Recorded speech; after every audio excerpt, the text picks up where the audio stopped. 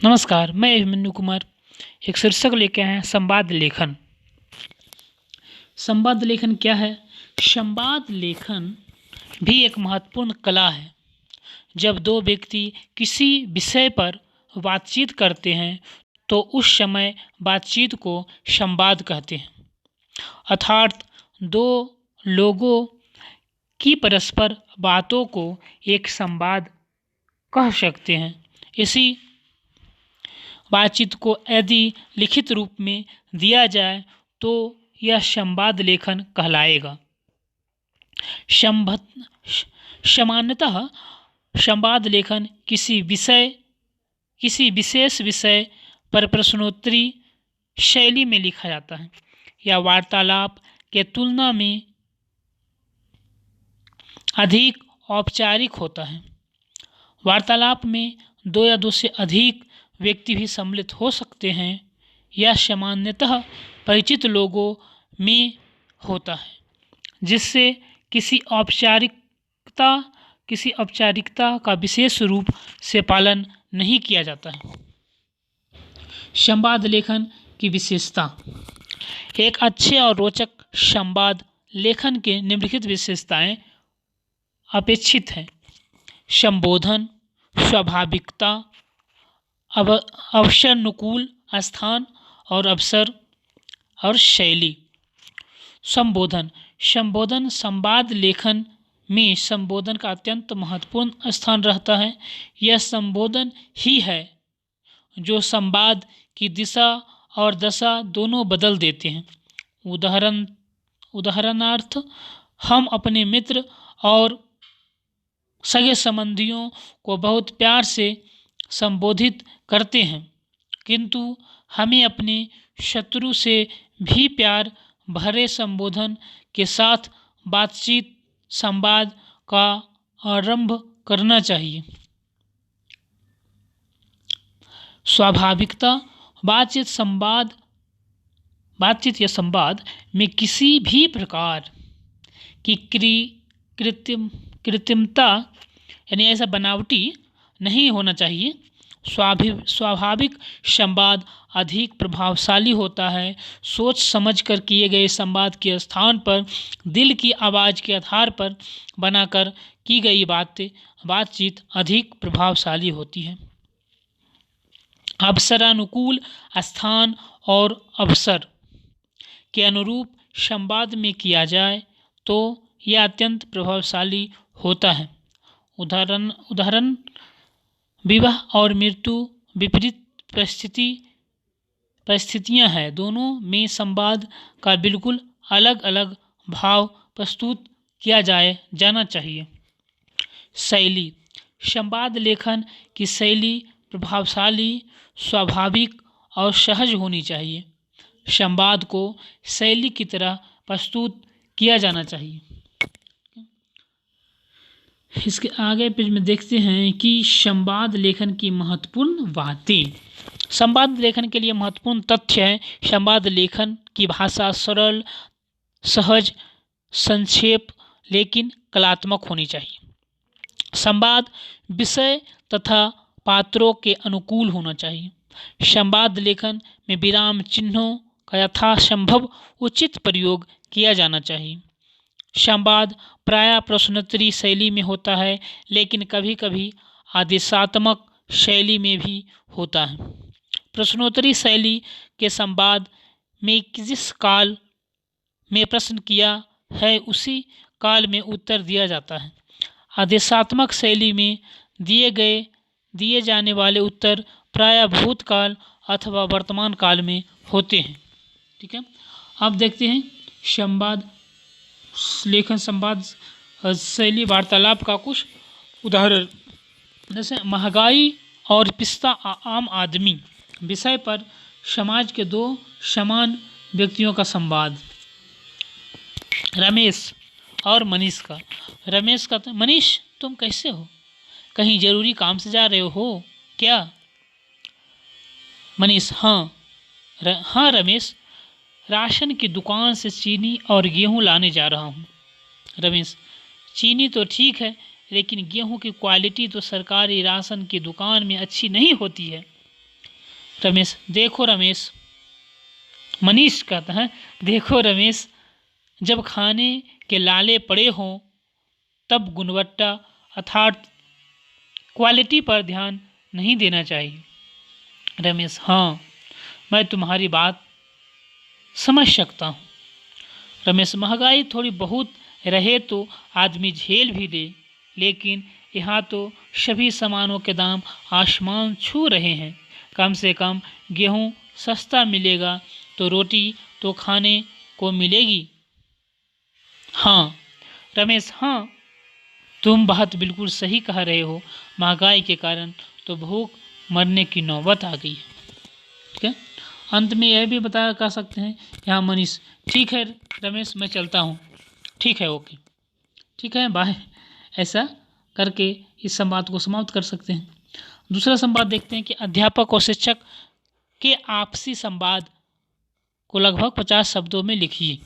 तो विद्यार्थी, क्या मैं अंदर आ सकता हूँ सर? क्या मैं अंदर आ सकता हूँ सर? अध्यापक दिनेश की ओर देखते हुए, आओ दिनेश, तुम कहाँ थे? विद्यार्थी, सर, हमें ड्रामा इंचार्ज पॉल सर साहब ने रोक लिया था। अब मैं अंदर आ जाऊं? अध्यापक, हाँ हाँ आओ, पर तुम यह बताओ, पूरा साल ड्रामा ही करते रहोगे या कुछ पढ़ोगे भी?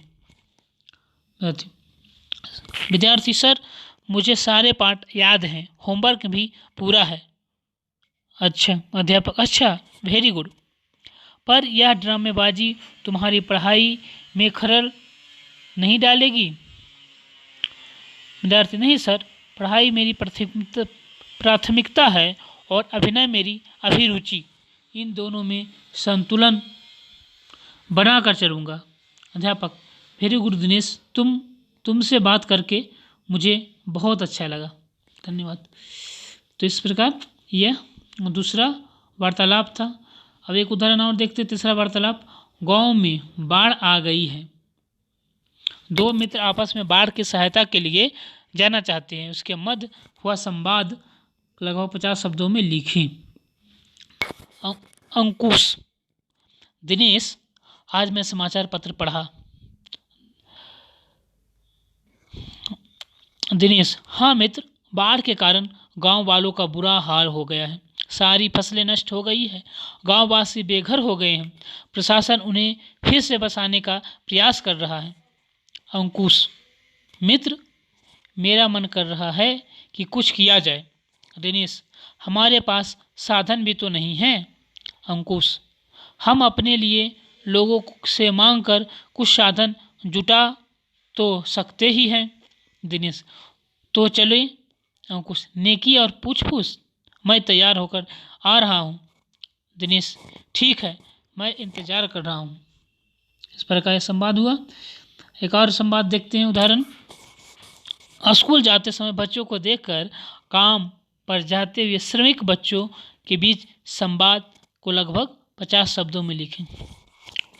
पहला बच्चा दूसरे बच्चे से, अरे ये बच्चे एक से कपड़े पहने, हाथ में पानी के बोतल और खाने का डिब्बा लेकर कहाँ जा रहे हैं?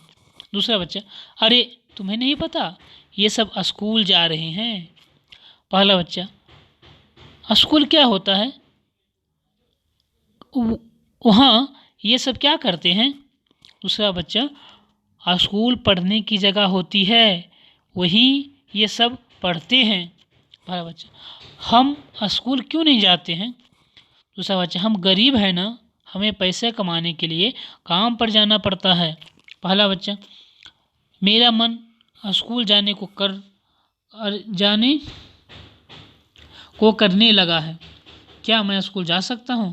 दूसरा बच्चा, हाँ, क्यों नहीं जा सकते हैं, हम स्कूल में हैं, हम दूसरे स्कूल में सरकार ने हमारे बच्चे जैसे बच्चों की पढ़ाई का मुफ्त में इंतजाम कर रखा है। ठीक है, और एक संवाद देखते हैं।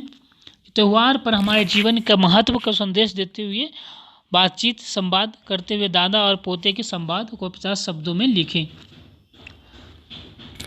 पोता, दादाजी, हम त्यौहार क्यों मनाते हैं? दादा, बेटा, हम त्यौहार इसलिए मनाते हैं क्योंकि प्रत्येक त्यौहार का सामाजिक और धार्मिक महत्व होता है। त्यौहार हमें भाईचारा, प्रेम व हर्ष का संदेश देते हैं। पोता: अच्छा दादाजी, ये बताइए कि हम दिवाली क्यों मनाते हैं? दादा: दीपावली हम इसलिए मनाते हैं क्योंकि इस दिन भगवान राम, श्री राम 14 वर्ष का वनवास पूरा कर अयोध्या वापस लौटे थे। इस खुशी में अयोध्या वासियों ने घी के दिए जलाए थे। पोता: अच्छा दादाजी, हमें इससे क्या संदेश मिलता है? दादाजी: इससे हमें बुराई और अच्छाई की जीत का संदेश मिलता है। ठीक है, ये एक और वार्तालाप देखते हैं। हमारा गौरव ये अतीत और आधुनिकता का आवरण ओढ़े वर्तमान विषय पर दो मित्रों से वार्तालाप। सुरेश, मनोज और सुरेश। मनोज: सुरेश, तुमने आज अखबार पढ़ा? शुभम: हाँ पढ़ा। मनोज: हमारे भारतीय समाज को ना जाने क्या हो गया है। यहाँ देखो, सांप्रदायिक दंगे, चोरी, लूटपाट और जातिगत भेदभाव की नज़र आता है। शुभम: तुम ठीक कहते हो मित्र, हमारा अतीत वर्तमान से अधिक गौरवशाली था। हमारी भारतीय संस्कृति और एकता का एक उदाहरण पूरे संसार में दिया जाता था। मनोज: लेकिन शुभम, आज जिस आधुनिकता की बात करते हैं वह हमारे अतीत का गौरव को नष्ट करती जा रही है। हम जितने आधुनिक हो रहे हैं उतने ही संवेदनहीन व धर्म जाति के नाम पे बट रहे हैं। शुभम: हाँ मनोज, तुम ठीक कहते हो। ये हो गया उदाहरण।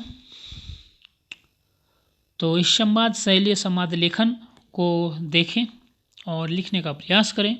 बहुत बहुत धन्यवाद।